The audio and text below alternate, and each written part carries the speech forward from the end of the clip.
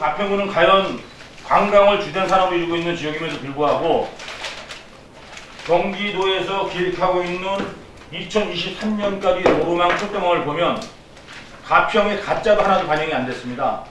이런 거에 대해서 우리 지역을 고민하신 기자분들한테 말씀을 드리고 빠른 시일 내에 건설 도로국장을 만나가지고 이렇게 가평이 강원도만도 못하게 이렇게 천대받고 핍박받는 이유가 뭐냐 좀 항의 좀 하려고 이런 자료를 마련해서 2023년까지 되고 있는 제2외곽순환도로에 이 보도자료 보시면 가평구는 철저하게 배제됐습니다. 또 앞으로 중장기 교통망에도 보면 가평구는 2023년까지 도로망 철도망에 대한 것은 아무것도 고려되고 있지 않습니다. 이런 거에 대해서 좀 고민했으면 좋겠고요. 두 번째는 제2외곽순환도 구암리에서부터 중도까지 제2경춘국도를 지금 계획하고 있는데 이것을 방아리라는 거에다 남이 IC를 만들어서 지금 달전 위에 있는 주차장을 갖다가 방아리를 빼려고 하는 이런 두 가지 목적으로다가 제2경춘국도를 만들고 있습니다. 그럼에도 불구하고 우리 가평군에서는 이런 거에 대한 고민을 심도 있게 하고 있지 않다. 이 제2경춘국도 용역안이 올 빠르면 2월달 늦으면 3월달에 나옵니다. 우리는 거기에 대한 대책과 대안을 갖고 있지 않다는 안타까운 현실에서 한번 말씀을 좀 드리려고 하고 있고요. 제2외곽순환도로에서 가평군이 배제가 됐습니다. 그때 주민 공청회 할 때 국토부 서울청에 있는 담당자가 그러면 수동 IC에서 아침고 수목원 있는 연하리까지 지선을 빼주겠다.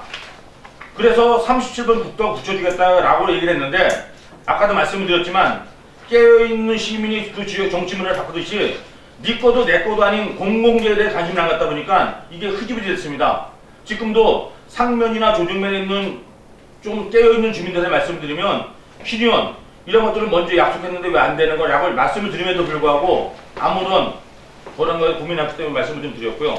제가 군정지를 통해서 나름대로 해결했던 거 전철 문제 아니면 그 꽃동네 문제 아니면 생활임금 문제 이런 것을 발췌해서 말씀드렸고 행정부시장한테 지난번에 항의를 했던 게 뭐냐면 우리 가평군이 돈을 다 냈냐 경기도 가장 못 사는 가평군에서 어떻게 꽃동네에다가 1년에 70억 80억을 뿌려박을 수 있는 거냐 잘못된 거 아니냐. 그러니 경기도 1년 예산이 20조가 넘습니다.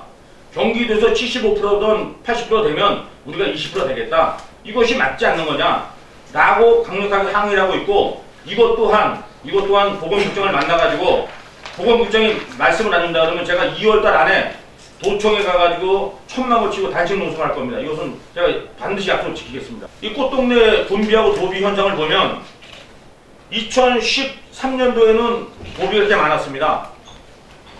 근데 어느 날 갑자기 이것이 도비하고 국비하고 매칭 비율이 이렇게 바뀌었어요.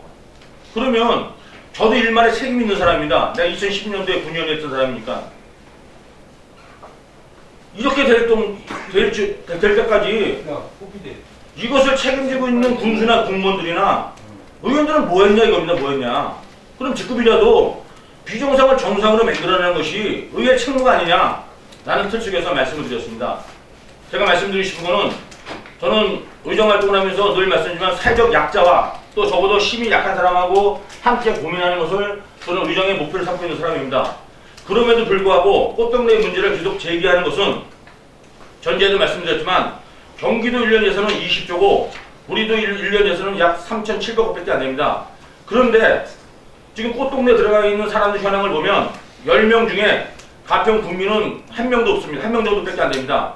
나머지는 다 수도권이나 대한민국 사람들입니다. 그런 사람들이 있는 곳에 어떻게 우리 가평군의 가장 재정 여력이 약한 가평군에서 80억이나 70억을 갖다가 맨날 분비를 뿌려박는 것은 잘못된 것이다. 그러니 이것은 시정되어야 된다는 것을 말씀드렸습니다.